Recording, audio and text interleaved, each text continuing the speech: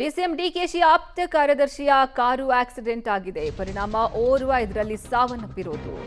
Car bike ನಡುವೆ ಮುಖಾಮುಖಿ ಡಿಕ್ಕಿ ಸಂಭವಿಸಿದೆ.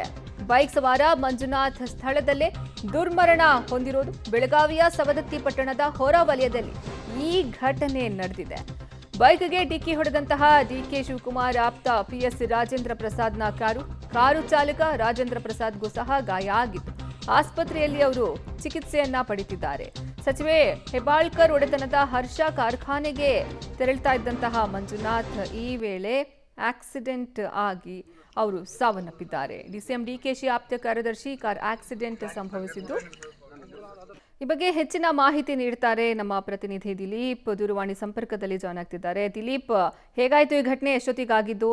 ಸದ್ಯ ಆಸ್ಪತ್ರೆಯಲ್ಲಿ ಇರೋರ ಸ್ಥಿತಿ ಹೇಗಿದೆ? ಇನ್ನು ಬೈಕ್ನಲ್ಲಿ ಬೇರೆ ಯಾರಾದ್ರೂ ಇದ್ರಾ?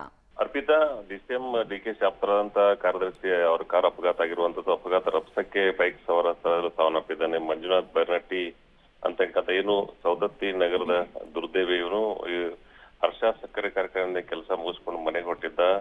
ಆ ಕಡೆಯಿಂದ ಯಲ್ಲಮ್ಮನ ದೇವಸ್ಥಾನ ದರ್ಶನ ಮುಗಿಸ್ಕೊಂಡು ಬರ್ತಾ ಇರತಕ್ಕಂತ ಏನು ರಾಕೇಶ್ ಏನಿದ್ದಾರೆ ಅವರು ಕಾರು ಅಪಘಾತ ಆಗಿರುವಂತದ್ದು. ಮತ್ತೆ ರಾಜೇಂದ್ರ ಪ್ರಸಾದ್ ಅವರ ಕಾರು ಅಪಘಾತ ಆಗಿರುವಂತದ್ದು.